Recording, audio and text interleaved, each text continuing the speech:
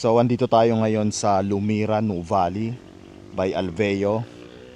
Meron tayong bagong foreclosed vacant lot for bidding. And this is 477 square meters lot area and around 12.1 million or 26,000 per square meter. So check natin siya. Mid to high end subdivision to ng Ayala under Alveo. So ito yung property. Rectangular yung ano niya, yung shape niya. Pahaba po siya. Ito siya. And then ang likod po nito is clubhouse na. So wala siyang katalikuran na property. Yan, clubhouse na yung likod niya. So mula dito ang ano niya, entrada niya. Mula dyan, poste na yan. Hanggang doon sa puno na yun. So available to in cash or at least 10% down payment. And then 90% balance bank financing plus taxes and fees. So if interesado kayo mag-bid dito, please message us directly. Deadline ng bidding natin August 2. Below market value na po to kasi ang presyuhan po nito sa developer pag kumuha kayo under Alveo nasa 40,000 per square meter and up na. And this property is around 26,000 per square meter. So if interesado kayo dito, message us directly. Check natin tong clubhouse ng Lumira.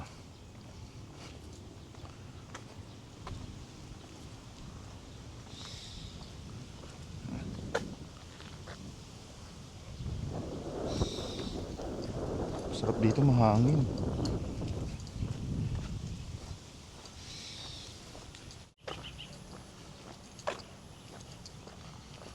Ito yung function nila.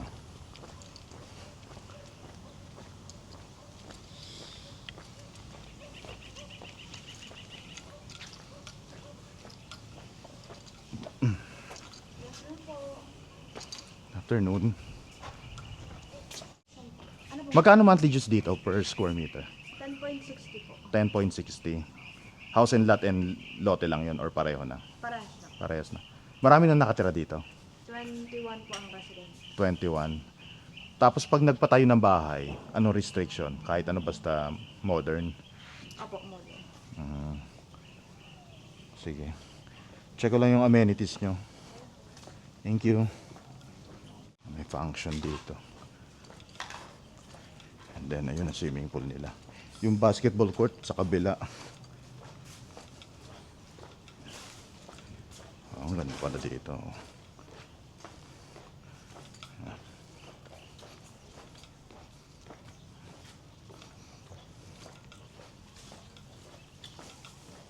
Then parks and playground sa kabila.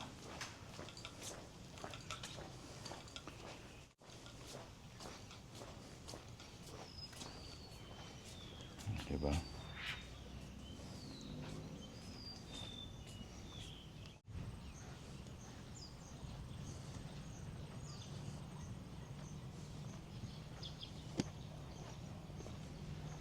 Adult and kiddie pool. Tapos meron pang lap pool.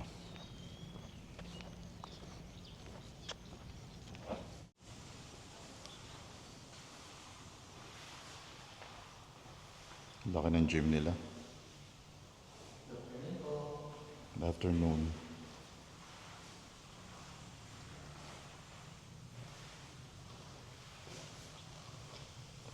He loses what is built, planted, or sold without right to indemnity.